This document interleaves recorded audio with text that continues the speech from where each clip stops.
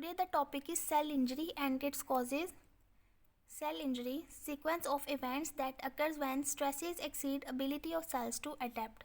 Responses are initially reversible but may progress to irreversible injury and cell death.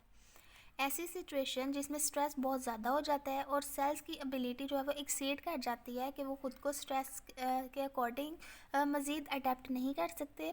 Initially तो जो cell के responses होते हैं वो रिवर्सिबल होते हैं या जो इंजरी है वो रिवर्सिबल होती है, लेकिन जैसे जैसे स्ट्रेस बढ़ता जाता है या स्ट्रेस कंटिन्यू रहता है तो फिर वो जो इंजरी है या उसके जो रिस्पॉन्सेज हैं वो इरिवर्सिबल हो जाते हैं और इवेंचुअली क्या होती है, सेल डेथ होती है.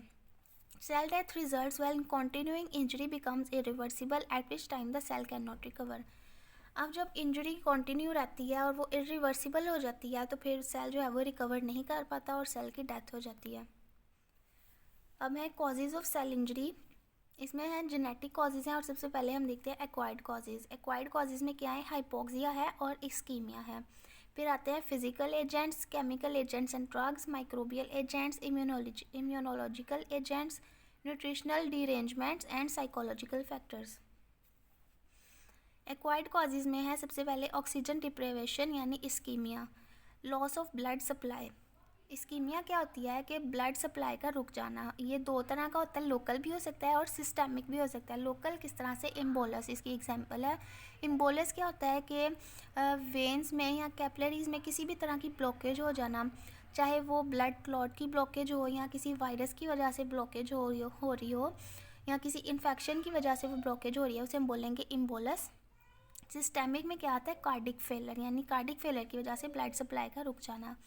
हाइपोक्सिया क्या है, ऑक्सीजन की डेफिशिएंसी को हाइपोक्सिया बोलते हैं, जिसकी वजह से ऑक्सीजन की या एरोबिक ऑक्सीडेटिव रेस्पिरेशन की रिडक्शन की वजह से इंजरी हो रही होती है.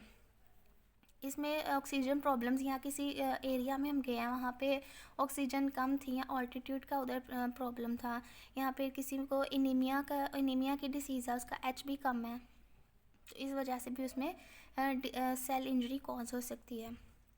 अब है फिजिकल एजेंट.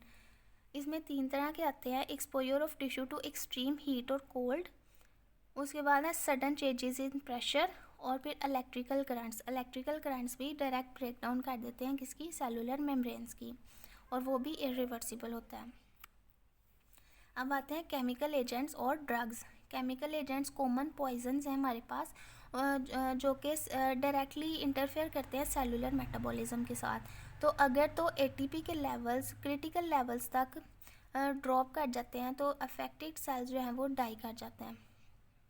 उसके बाद है बहुत सी फार्मास्यूटिकल्स के बहुत से टॉक्सिक इफ़ेक्ट्स होते हैं सेल्स के ऊपर. मोस्टली जो हैं वो डायरेक्टली इफ़ेक्ट कर रही होती हैं, लेकिन कुछ इस तरह से इफ़ेक्ट करती हैं कि वो अल्कोहल को एसिटल्डिहाइड में चेंज करके तो फिर वो सेल्स को इफ़ेक्ट कर रही होती हैं, जिसकी वजह से सेल इंजरी और सेल डेथ भी हो सकती है. उसके बाद है microbial agents. Injuries by microbes include infections caused by fungi, bacteria, parasites and viruses. यानी कि इनकी वजह जो भी माइक्रो ऑर्गेनिजम्स की वजह से इन्फेक्शंस हो रहे हैं उनकी वजह से जो सेल को इंजरी होगी और जो डेथ होगी उसको इसमें स्टडी किया जाता है. अब है इम्यूनोलॉजिकल एजेंट्स. अब इसमें क्या आता है, इम्यूनोलॉजिकल एजेंट्स यानी पता लग रहा है कि बॉडी के अपने इम्यून सिस्टम के फंक्शन जो है वो एलिमेंट्स की बात हो रही है. अब इसमें हाइपर सेंसिटिविटी रिएक्शन आएगा, एनाफाइलेटिक रिएक्शन और ऑटो इम्यून डिसीज़. अब ये बॉडी के अपने ही सेल्स की वजह से कोई ना कोई डिसीज़ या कोई ना कोई इंजरी हो रही होती है, जैसे कि हाइपर सेंसिटिविटी रिएक्शन किसी भी ड्रग को एबनॉर्मली हमारा अपना ही इम्यून सिस्टम एबनॉर्मली उसके अगेंस्ट फंक्शन कर रहा है और वो अपनी ही बॉडी को हार्म कर रहा है.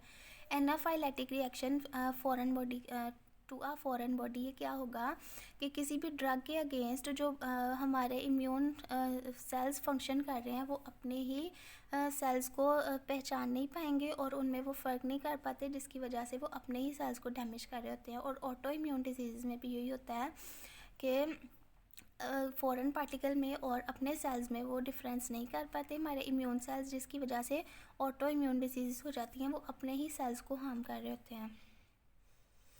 जो हाइपर सेंसिटिविटी और एनाफाइलैक्टिक रिएक्शन है वो किसी ड्रग या फॉरेन बॉडी के अगेंस्ट हो रहा होता है, जिसमें कुछ एबनॉर्मेलिटीज़ होने की वजह से अपनी ही बॉडी इफ़ेक्ट हो रही होती है। अब है न्यूट्रिशनल इम्बैलेंसेस, इसमें डाइटरी इनसफिशेंसी भी आएगा और डाइटरी एक्सेस भी आएगा।